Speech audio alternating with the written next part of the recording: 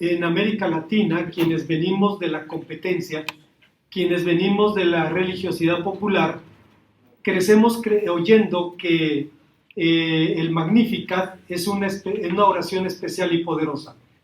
Partiendo su nombre, la Magnífica, como se le llama popularmente, y de su origen, la propia autoría de la Madre del Señor, se le considera un as bajo la manga en el arsenal de la fe, una especie de misil aire-tierra con cabeza nuclear. Claramente es una oración rodeada de mitos, pues mientras devotos sinceros le atribuyen virtudes milagrosas, en círculos ocultistas se cree que recitar esta plegaria, invirtiendo el orden de sus palabras, y no voy a hablar de eso, produce efectos oscuros. No es necesario decir, hermanos, que la religiosidad popular es un sustituto barato de la magia, pero al margen de estas cuestiones, también es cierto que a lo largo de 20 siglos este cántico ha cautivado el corazón de la cristiandad. Evidencia de esto es que durante la Reforma, Martín Lutero escribió un apasionado comentario sobre esta plegaria. Estrictamente hablando, el Magnificat es una alabanza semejante a otros salmos bíblicos. Claramente tuvo su inspiración en el Cántico de María. Yo le invito a que después de salir de aquí tenga la bendición de tomar el Cántico de Ana y el Cántico de María, ponerlo uno al lado del otro y va a ver que es exactamente la misma plegaria. No solo aborda las mismas ideas, repite casi las mismas palabras, pero lo hace desde la experiencia de fe de ambas mujeres. 11 siglos separan a estas alegres cantoras. Ana y María vivieron en tiempos y en mundos distintos, pero alababan a Dios, al mismo Dios, y lo hacían por los mismos motivos. No solo por sus concepciones milagrosas, sino porque, guardando el sentido de proporción, sus respectivas maternidades iban a materializar los propósitos redentores de Dios. Pero más allá de los mitos y de las tradiciones, ¿cuáles fueron los motivos del Magnificat? Veamos, hermanos, las respuestas que el texto nos ofrece. Antes, hermanos, de pensar en las enseñanzas de nuestro pasaje, quisiera mencionar el hecho de que Martín Lutero escribió un comentario sobre este canto. Y curiosamente, cada vez que en internet usted encuentra el comentario de Lutero a este cántico, lo encuentra en páginas católicas. En otras palabras, están diciendo: protestantes, obedezcan a su jefe y traten a María como la trataba Lutero, su cabeza. Bueno, Lutero no es nuestra cabeza, ni es nuestro jefe, ni es nuestro padre. En nuestra cabeza es Jesucristo.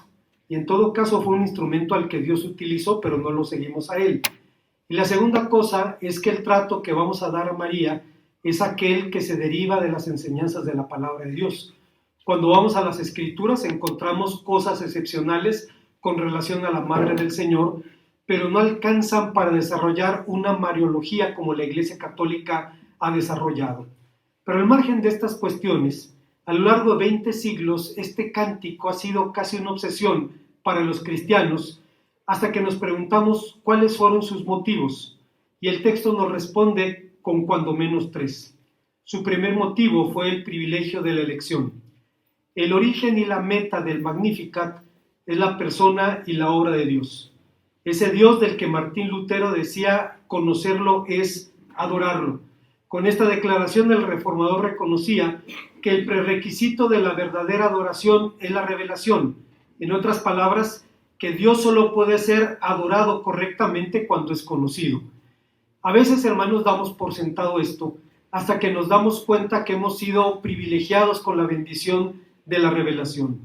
Hace 700 años, en este país, uno de los hombres más brillantes que ha existido en la historia de México era un poeta, rey, arquitecto y militar. Estamos hablando de Nezahualcóyotl, rey de Texcoco. Su vida corre paralelamente a la vida del rey David. Una parte de su vida tuvo que huir de sus enemigos, pero un hombre muy hábil para forjar alianzas, y en la medida que se refugiaba en algunos lugares, iba haciendo alianzas con sus futuros aliados. Cuando llegó el momento, se rebeló junto con Tenochtitlan y Texcoco en contra de Azcapotzalco, que era el poder imperante en el Valle de México. Y para darnos una idea del tamaño de ese conflicto, a la cabeza de 100,000 hombres, dirigió el ejército que destruyó Azcapotzalco y sentó los cimientos o las bases de la grandeza de México Tenochtitlan. Nezahualcóyotl era además monoteísta, creía que había un solo Dios, y como no sabía cómo llamarlo, le llamaba el inventor de sí mismo, y en uno de sus poemas dice que es posible vivir al lado de él, pero que no es posible conocerlo. Y tenía razón, letra por letra, porque sin la revelación, sin que Dios se dé a conocer, es imposible que el hombre pueda hacerlo. Inventarlo no es una opción, es incurrir en idolatría, es incurrir en dioses por diseño, y el hombre llegó al punto al que llega la razón humana cuando puede intuir que allá, más allá de la conciencia, decía C.S. Lewis, hay revoloteando una convicción, pero que no es posible tener certidumbre hasta que Dios finalmente se da a conocer. Por eso Martín Lutero decía, conocer a Dios es adorarlo. Decía, cuando tiene la revelación, la única respuesta digna a la grandeza, al poder, a la misericordia, al amor de nuestro Dios, es precisamente la adoración. Dios solo puede ser adorado cuando es verdaderamente conocido, y por esa razón Martín Lutero inició su comentario al Magnificat con las siguientes palabras: para la buena comprensión de este sagrado canto, es necesario tener en cuenta que la bienaventurada Virgen María habla en base a una experiencia por la cual el Espíritu Santo le ha iluminado y le ha instruido, porque es imposible entender correctamente la palabra de Dios si no es por la mediación del Espíritu, fuera de cuya escuela solo aprendemos apariencia, palabra hueca y superchería. La filosofía o la teología predominante en tiempos de Lutero era el escolasticismo, una teología de escuela. Si usted ha tenido la oportunidad de leer a Tomás de Aquino y su Suma Teológica, va a encontrar que aborda los temas doctrinales y termina haciendo preguntas. Cuando te preguntan esto, ¿cómo se responde? Y dice Aquino, se responde así, se responde así. Es como un librito de escuela. Y de alguna manera lo era porque usaba y abusaba de la casuística. Es decir, especulaba sobre cuestionamientos y preguntas, pero la verdad, hermanos, es que en la experiencia de fe hay miles de preguntas que quedan sin respuesta. Hay miles de situaciones que nos desafían, confrontan nuestra fe y nuestra confianza en el Señor, y es la razón por la cual Martín Lutero dijo, el escolasticismo es pura ignorancia de Cristo. Allí perdí a Cristo y lo recobré en San Pablo. Usted recordará que cuando Martín Lutero empezó a leer las cartas, fue en el tiempo en que hizo su viaje a Roma. Tenía que ir por parte de la Orden de los Agustinos a hacer algunas agencias en la ciudad de Roma, e hizo su peregrinaje caminando desde Wittenberg en Alemania hasta la ciudad de Roma. Dice que cuando llegó a los límites de la ciudad y la contempló, la saludó como miles de peregrinos lo habían hecho, e hizo todos los rituales que las personas hacían allí. Pero cada vez que subía una escalinata repitiendo un Padre Nuestro o un Ave María, el siguiente escalón y el siguiente, dice Lutero que había un versículo de la Biblia que retumbaba en su conciencia y era: el justo por la fe vivirá. No alcanzaba a entender el significado de esas palabras, pero una y otra vez venía a su mente. Cuando regresó a Wittenberg, cuando regresó al monasterio, estaba taciturno y no quiso hablar con su confesor acerca de su viaje hasta que el confesor le preguntó y manifestó su decepción. En Roma había visto prostíbulos para sacerdotes, prostíbulos para obispos, prostíbulos para cardenales. Los papas tenían sus mujeres. En alguna ocasión vio al papa salir en su armadura dorada al frente de sus ejércitos para combatir a sus enemigos. Era un príncipe terrenal, no era un padre espiritual, y todo esto produjo en él una crisis que en algún momento lo llevó a ese versículo que había retumbado en su conciencia: el justo por la fe vivirá, y que él entendía de la siguiente manera: si Dios es justo y yo soy pecador, Dios me va a mandar al infierno, haga lo que haga. No importa lo que yo haga, ya soy pecador, estoy condenado, no puedo amar a un Dios así. Pero un día el Espíritu Santo tocó su corazón y entendió, en el Evangelio la justicia de Dios se revela por fe y para fe, como está escrito, el justo por la fe vivirá. Y tomó su pluma y escribió al margen de esa frase las palabras sola fide, solo a través de la fe. Fue como si las puertas del paraíso se abrieran de par en par, y ahora un pecador era hecho partícipe de la salvación y de la esperanza, y esto cambia la vida de ese hombre, y cambia también el carácter o el rostro de la cristiandad a partir de entonces.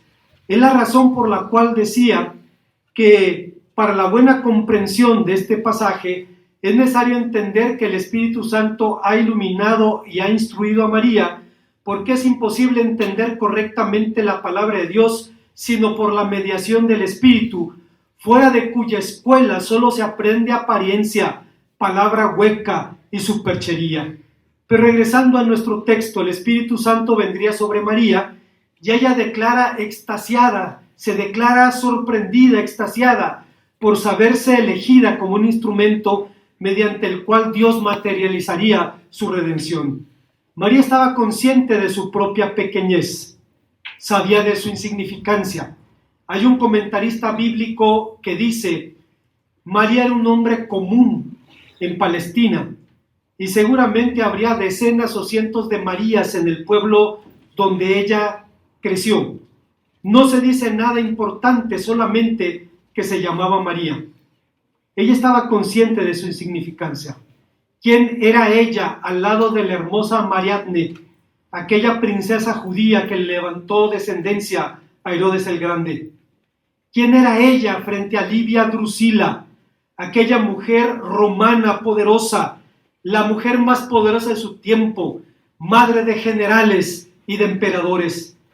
Pero si aquello de que el árbol es conocido por sus frutos se aplica también a la familia, debemos decir que de la familia de María vino el Señor Jesús y que de la familia de Livia Drusila vinieron Calígula y Nerón. Pero con la elección de María se abría simplemente un nuevo capítulo en la vieja historia de la redención. De esa historia en la que Dios escogió aquello a lo que San Pablo llama en su carta primera a los Corintios lo débil del mundo y lo vil del mundo. Sucedió en la era de los patriarcas, cuando Dios levantó de mujeres estériles y las hizo madres de naciones para levantar de ellas reyes y príncipes. Sucedió en la era de los jueces, cuando Dios levantó a su pueblo por mano de hombres insignificantes e incluso por la mano de una mujer. Y ahora por la concepción milagrosa de una joven pueblerina, hacía exactamente lo mismo. Pero ¿cuál sería el propósito de este milagro? Algunas han sugerido que la concepción virginal fue el medio por el cual Dios preservó a su Hijo de la depravación humana. Es decir, creen que Cristo era santo porque María era virgen. Esto es claramente discutible.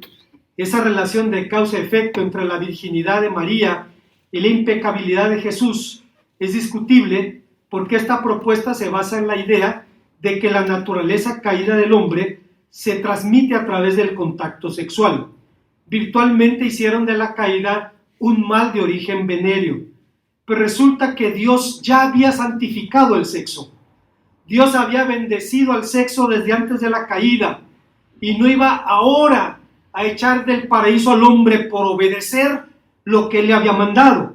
Si usted recuerda, dice la palabra de Dios, los puso en el huerto y les dijo, multiplicad, llenad la tierra, sojuzgadla, etcétera, etcétera. Dios lo mandó.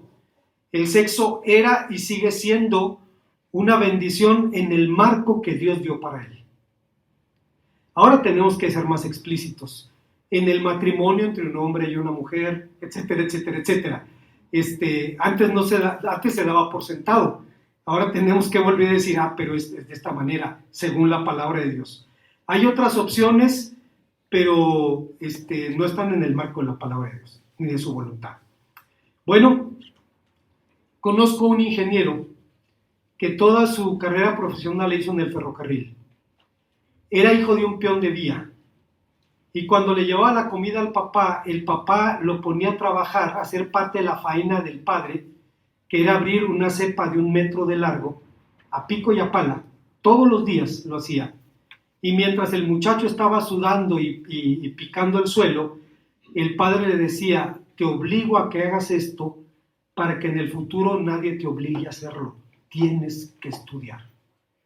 Y las ampollas en las manos llevaron al hombre a la convicción de que la mejor manera de ganarse la vida era tener una carrera. Era un buen estudiante. Y un día, al terminar el ciclo, el muchacho llegó feliz frente a su padre para mostrarle su boleta de calificaciones. Pero el padre no era muy letrado. No se le daba eso de los prefijos verbales, y en lugar de leer aprobado, leyó reprobado. Y se levanta, se saca el cinturón y le pone una paliza. Cuando interviene la mamá y le explica de qué se trataba, pues bueno, era un error de lectura nada más. Se equivocó en el prefijo, no era aprobado, leyó reprobado. Y usted puede imaginarse al muchacho cómo se sintió por haber obedecido lo que el papá le mandó. Imagínese usted al ser humano al que Dios le dice: crece y multiplícate, y luego lo echan del paraíso por hacer exactamente lo que Dios le había ordenado. Obviamente es insostenible a la luz de la palabra de Dios. La concepción virginal miraba en otra dirección. Fíjense la palabra que utilizo. No hablo del nacimiento virginal, porque no hay nacimientos virginales a menos que sea por cesárea, ¿no? No hay posibilidad. Entonces tenemos que hablar de la concepción virginal. La concepción virginal miraba en otra dirección. Una salvación sobrenatural demandaba un Salvador sobrenatural. Si Cristo hubiera sido hijo de María y de José por generación ordinaria, hubiera sido un hombre ordinario, un pecador incapaz de salvarse él mismo, mucho menos de salvar a otros.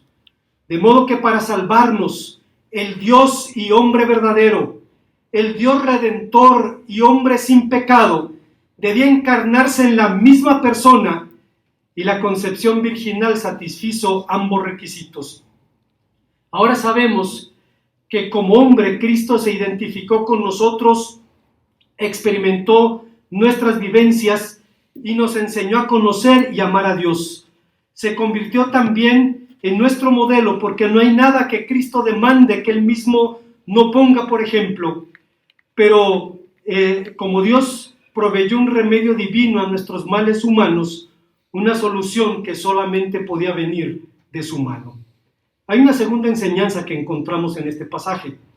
Un segundo motivo del Magnificat es el poder de la providencia divina. Aunque la palabra providencia no es utilizado en la Biblia, el concepto está allí.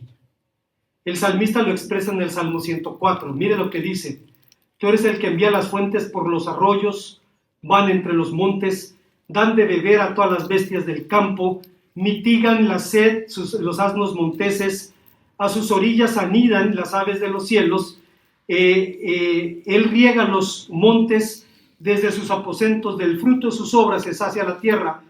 Por providencia entendemos, hermanos, el poder omnipotente y omnipresente de Dios, mediante el cual sostiene la tierra y todas las criaturas, gobernándolas de tal manera que la salud, la enfermedad, la riqueza, la pobreza, el bien y el mal vienen de su mano paternal y no por el azar. Esta es una declaración de fe cristiana antigua que expresa la convicción de que absolutamente todo viene de la mano de Dios, o porque Dios lo provee o porque Dios lo permite, pero a final de cuentas tendrá siempre un propósito para lo que hace. La providencia divina se presenta en el Magnificat de forma tan radical que Stanley Jones, un pacifista cristiano del que hemos hablado en otras ocasiones, dijo que el Magnificat es el documento más revolucionario del mundo. Voy a hacer una pausa para hablar de Stanley Jones. Hemos hablado de él. Es aquel hombre que fue misionero en la India y vio que ganar a los parias era muy fácil para el cristianismo, era muy fácil. Era gente desposeída y abrazaba el mensaje del evangelio con entusiasmo. Ganar a los brahmanes era otra historia. Las castas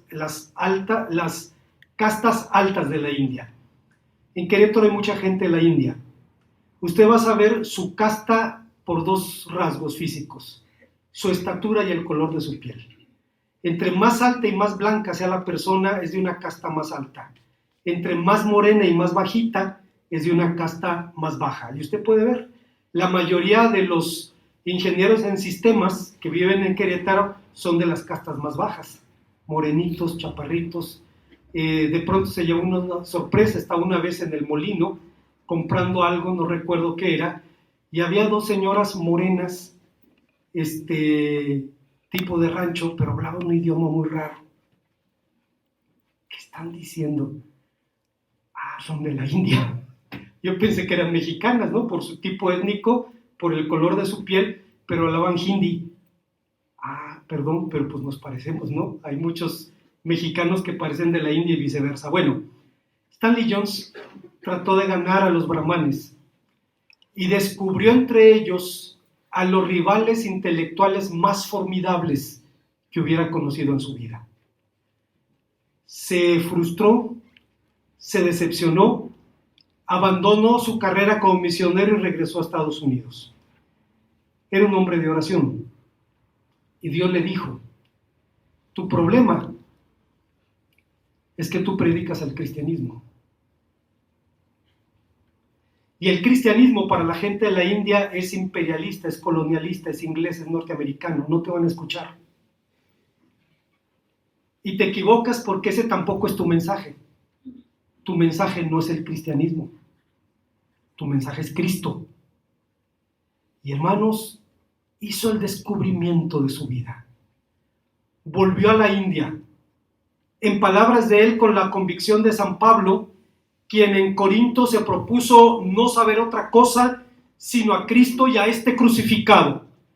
Y empezó a predicar con tal ardor a Cristo que se convirtió en el evangelista más grande del siglo XX. Más que Billy Graham y toda la playa de predicadores norteamericanos. Los cristianos empezaron a criticarlo. Le dio la espalda al Antiguo Testamento, ya no enseña la mitad de la palabra de Dios. Y él dijo: ¿por qué tenía que detenerme en el Antiguo Testamento? Porque era una etapa imperfecta en la revelación. La perfección está en Cristo, ¿por qué volver atrás? Y en alguna ocasión llegó un abogado indio, escritor de libros contra el cristianismo, que llegó y le hizo 40 preguntas, interrumpiendo la reunión, 40 preguntas, las preguntas que usted y yo nos hicimos alguna vez. ¿De dónde sacó Caín a su mujer? ¿Cómo es posible que los patriarcas se casaran entre primos hermanos o medios hermanos? Cuestiones de ese tipo que todos nos preguntamos en algún momento. Y Stanley Jones le dice al abogado: querido hermano, creo que podría responder a tus preguntas, pero no lo voy a hacer. No creo que debo hacerlo. Yo definía el cristianismo como Cristo. Si tienes algo contra Cristo, dime qué es y tal vez te pueda ayudar. Y entonces el hombre se exacerbó y le dice: ¿quién te dio autoridad para hacer esa diferencia entre Cristo y el cristianismo? ¿Cuál concilio de cuál iglesia te autorizó? Esa autoridad me la dio mi Señor. Si el Antiguo Testamento era una etapa imperfecta, ¿por qué tenemos que detenernos allí cuando su cumplimiento es Cristo? Y dice: el hombre vio que los libros que había escrito contra el cristianismo se habían hecho cenizas en ese momento. Stanley Jones es la misma persona que dice que el Magnificat es el documento más revolucionario en la historia del mundo. Y la razón de esta tesis es que el Cántico de María nos habla de 3 revoluciones que Dios va a hacer. Una revolución moral que va a significar el fin del orgullo. Una revolución social que va a ser el fin de las clases. Y una revolución económica que será el fin de todas las desigualdades. Pero a la luz de la Biblia es claro que Dios no se interesa en el rico por su riqueza, ni en el pobre por su pobreza. Por sí mismas, ni la acumulación ni la carencia de bienes son motivos de su interés, pues estas son condiciones intrascendentes. Nadie puede ser tan pobre como aquel pastorcillo que cuidaba el rebaño de sus padres y fue ungido como rey sobre Israel. Y nadie puede ser tan rico como Job, quien lo perdió todo en un solo día. Estas cosas son intrascendentes en sí mismas. El interés de Dios en la riqueza y en la pobreza estriba en la injusticia que se deriva en la interacción entre los ricos y los pobres. Y a la luz de la Biblia, el egoísmo, la opresión de los fuertes sobre los débiles, son crudas deformaciones que el pecado introdujo en el mundo, maldades que tuercen la justicia y pervierten el derecho.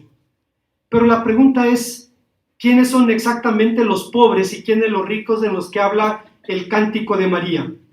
Esta pregunta es legítima porque todos los hombres nacen, crecen, se reproducen y mueren, pero no todos nacen en las mismas condiciones, ni se desarrollan igual, ni se reproducen con la misma fecundidad. Entre paréntesis, normalmente los pobres se reproducen más que los ricos y tampoco mueren con la misma asistencia.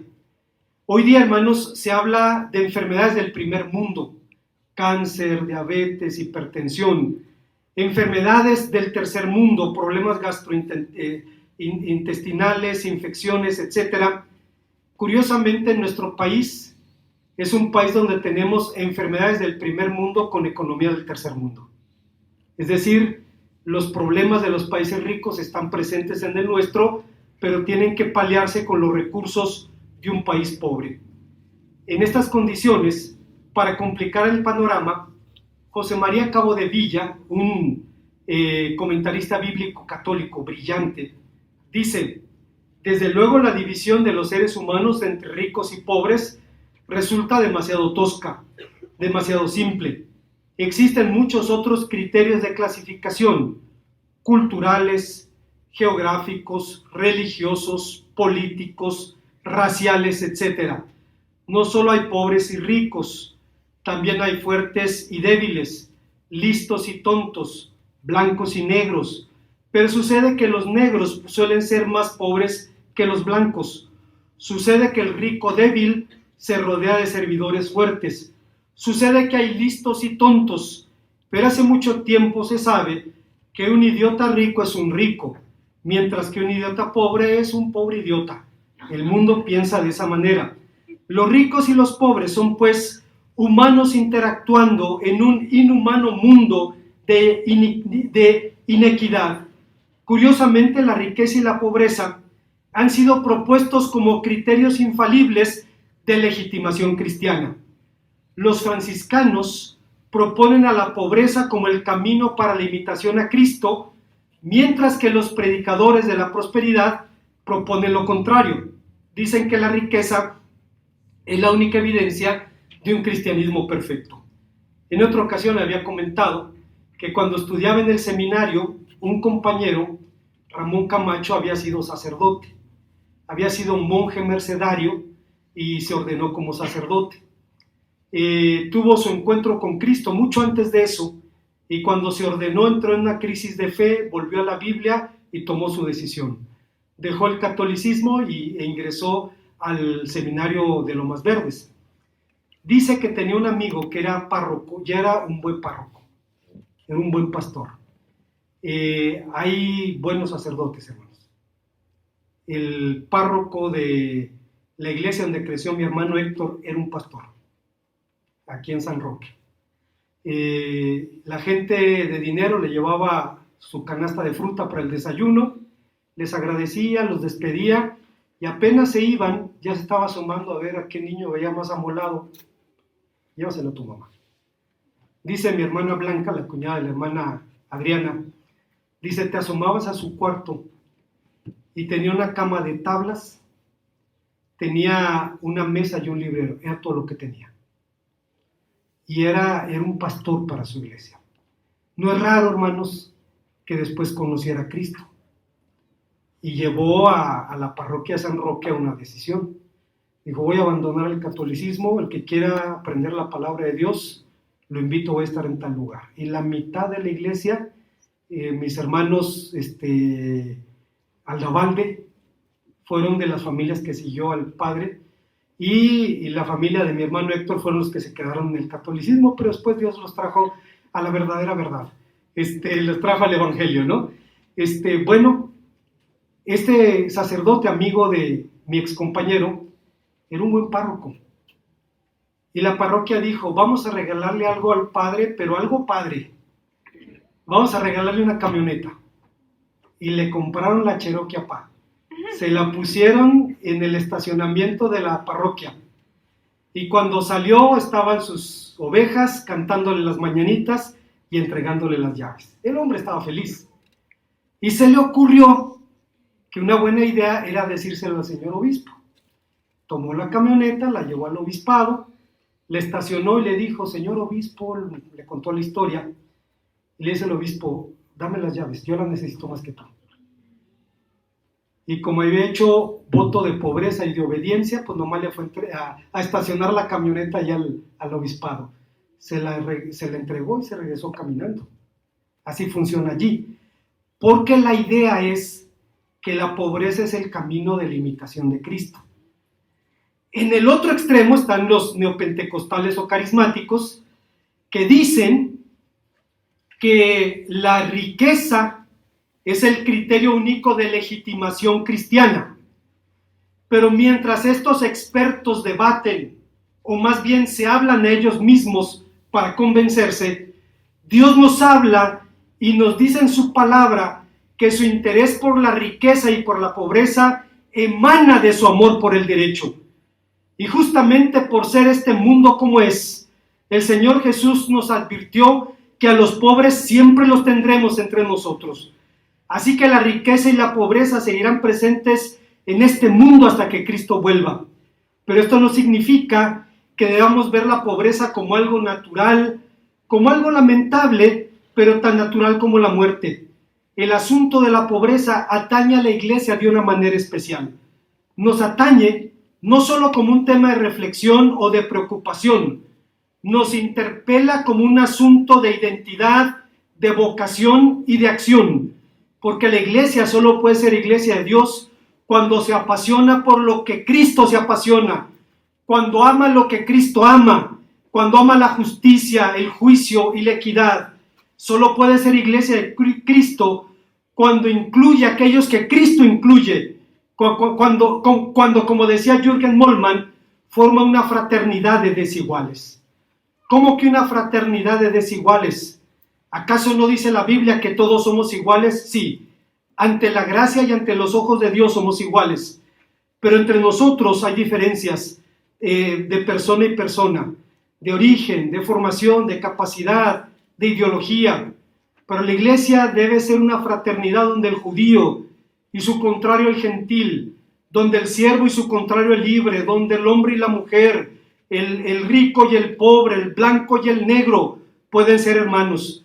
Las iglesias de raza, de grupo étnico, de nacionalidad, de nivel socioeconómico, son básicamente sectarias y esencialmente heréticas porque gravitan en torno al igual, dejando de lado el principio cristiano de la aceptación del otro, dejando de lado el principio cristiano de aceptar al otro en la diferencia. Si saludáis a vuestros hermanos solamente, ¿qué demás hacéis? ¿No hacen lo mismo los paganos? Si amas a los que te aman, ¿cuál es la diferencia? La iglesia cristiana solo es cristiana cuando se extiende al pobre, pero no como un medio para callar su propia conciencia o para cumplir con un requisito técnico de legitimación, sino cuando ama lo que Cristo ama, cuando se inmola por lo que Cristo se inmoló, y cuando en la fraternidad con el otro valida las palabras del apóstol San Pablo en Colosenses capítulo 3, donde dice la nacionalidad y la raza, la religión y la educación, la posición social carecen de importancia en esta vida. Lo único que importa es Cristo en todo y está en todos. Pablo decía, a final de cuentas, lo importante es eso.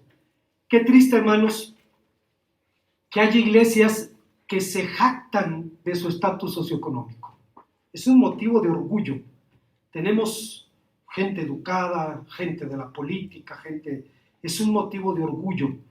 Y dice Jürgen Moltmann, Son grupos básicamente sectarios, porque giran en torno a la identidad con el igual. Creo que fue Aristóteles el que dijo, el principio de la identificación radica en la igualdad, de género, de clase social, de formación. Dice, eso da identidad, pero da origen al apartheid, al racismo, a la xenofobia, al temor y al rechazo al diferente. Y es verdad.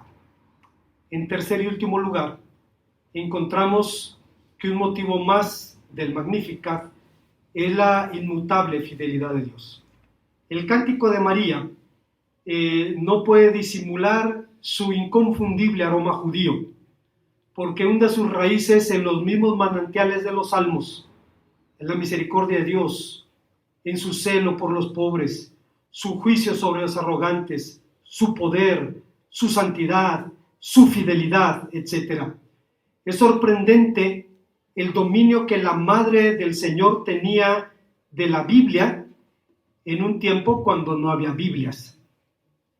Yo no sé si usted sepa, esto es un invento revolucionario del segundo siglo después de Cristo. Esto es un códice. Antes de que existieran los códices o los libros como los conocemos, la Biblia estaba en rollos.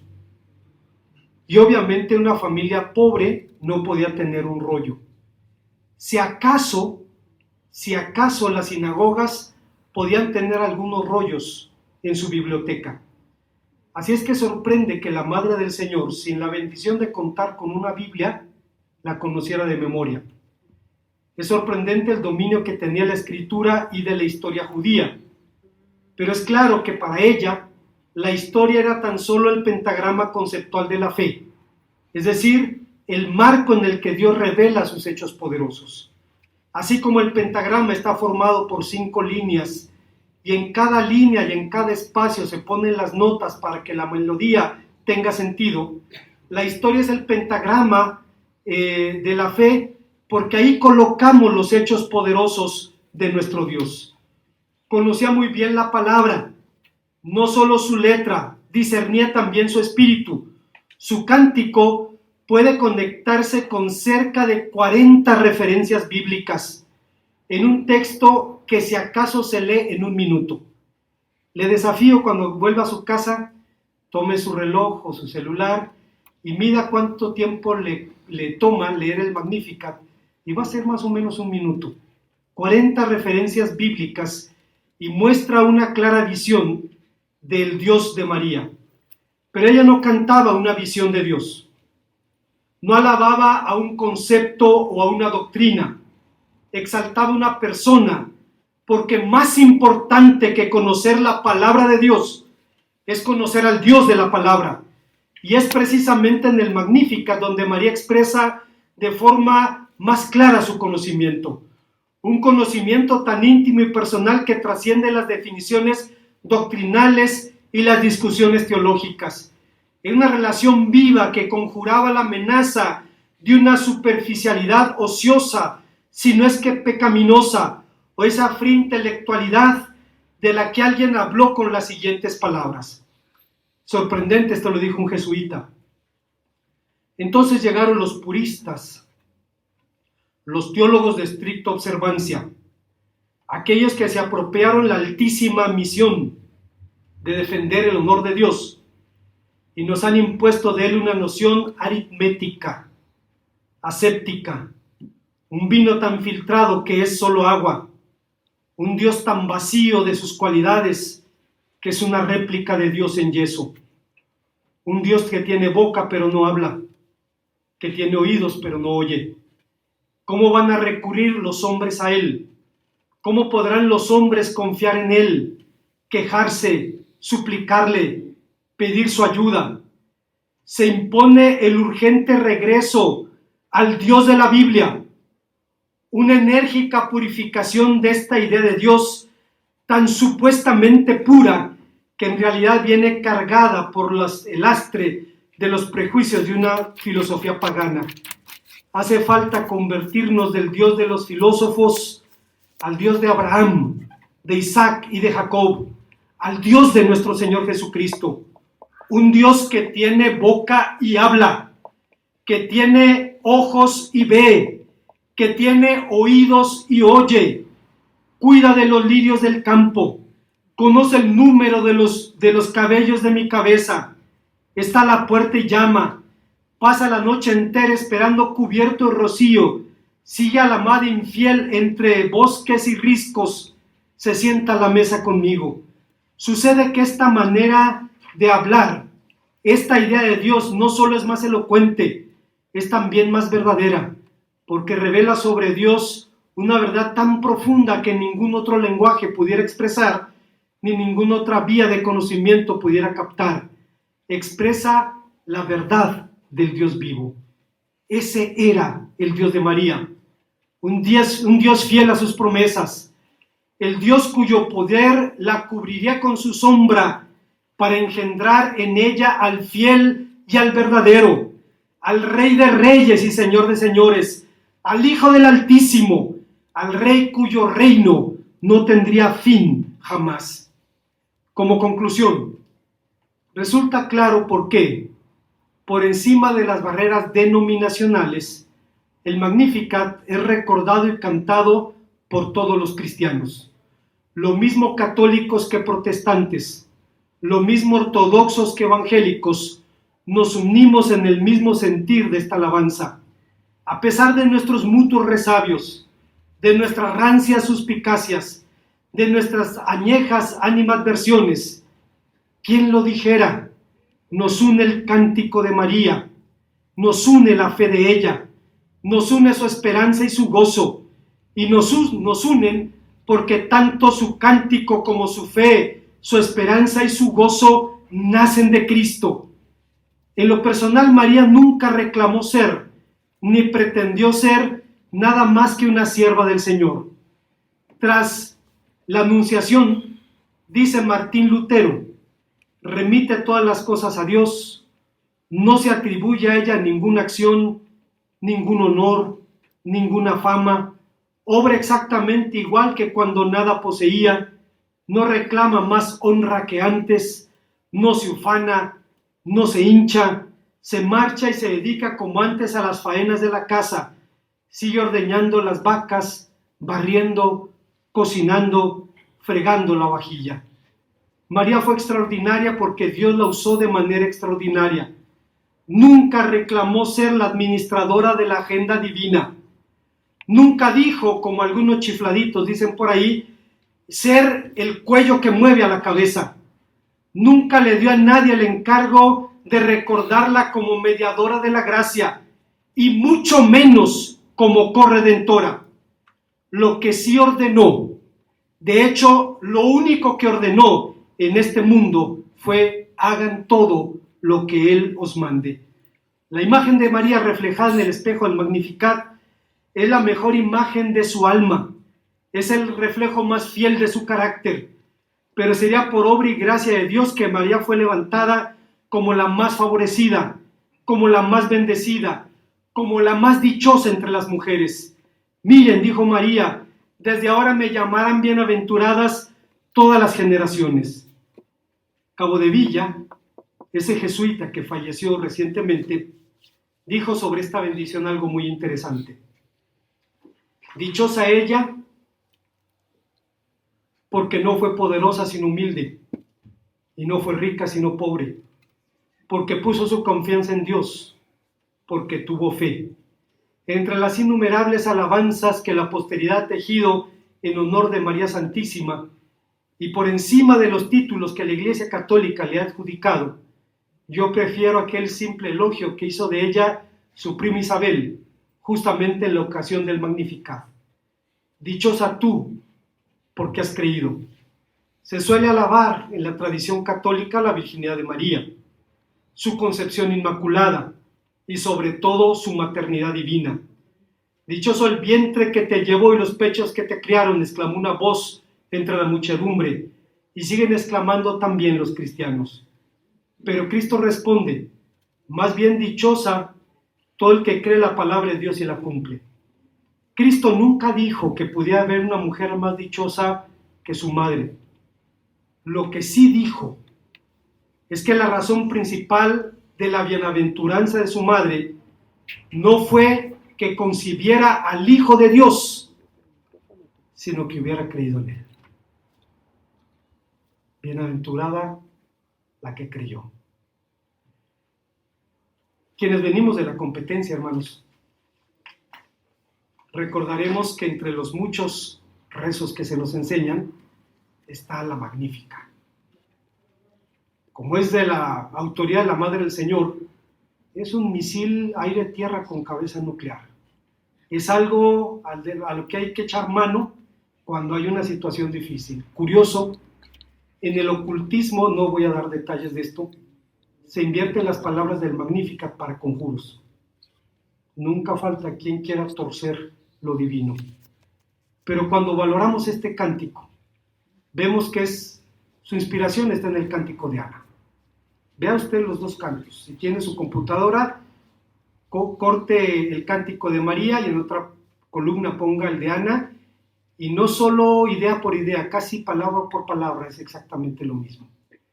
Pero al final, hermanos, ambas mujeres cantan a Dios por los mismos motivos.